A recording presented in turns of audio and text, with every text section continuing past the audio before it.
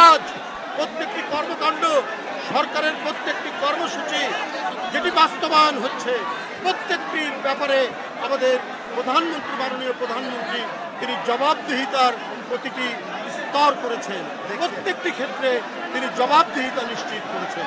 সুতরাং জনস্বার্থের বাইরে আমরা বাংলাদেশ জাতীয়তাবাদী দল তারা কোনো কাজ করবে না এবং একটি জনপ্রিয় রাজনৈতিক দল হিসেবে আজকে জনগণের কাছে জনপ্রিয় কেন?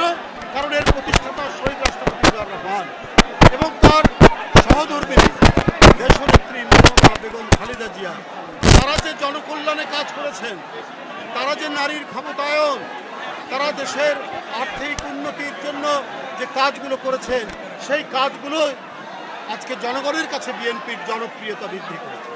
এখন তার সুযোগ্য পুত্র, জ্যেষ্ঠ পুত্র তারেক রহমান সেই ধারাবাহিক কাজ এবং তার নতুন কিছু কর্মসূচি সেগুলো তিনি বাস্তবায়ন করছেন। তো আমরা দলের নেতাকর্মীরা সেই বাস্তবায়নকে আমরা সহযোগিতা করব, আমরা সেটিকে জনগণের কাছে তুলে ধরব এবং এই তুলে ধরার মধ্যে দিয়েই জনগণের কাছে আমাদের দলের জনপ্রিয়তা, বিএনপির জনপ্রিয়তা আরও বৃদ্ধি পাবে। তাই নেতাকর্মীরা তাদেরকে সারা দেশের যারা হয়তো দু একজন থাকতে পারেন, বিভিন্ন অনৈতিক কর্মকাণ্ডে থাকতে পারেন, তাদেরকে বলবো যে 5ই আগস্টের পর থেকে দেখেছেন আমাদের চেয়ারম্যান কত শক্ত হাতে যারা দলের নাম ভাঙিয়ে নানা ধরনের অপকর্মে যুক্ত ছিলেন তাদের বিরুদ্ধে শক্ত পদক্ষেপ নিয়েছেন। সুতরাং কেউ অনৈতিক কাজ করবেন না, গঠনমূলক কাজে থাকবেন, দলকে শক্তিশালী করতে হবে এবং দলের নেতাকর্মীরা যাতে তারা জনগণের প্রতিনিধি হিসাবে কাজ করতে পারে সেই চেষ্টাই তারা করবে।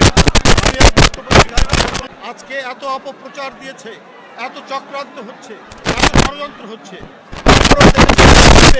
বিএনপির জনপ্রিয়তা অনেক বেশি, প্রায় 54, 55, 56%। আর ব্যক্তিগতভাবে প্রধানমন্ত্রীর জনপ্রিয়তা আরও বেশি, 65-66%। সুতরাং জনগণের পক্ষে, জনগণের স্বার্থে এবং জনগণের জন্য কাজ করলে সেই দলের সরকার কোনোদিনই ব্যর্থ হবে না। সেই সরকার একটি জনগণের সমাদৃত সরকার হিসেবে নিয়োজিত।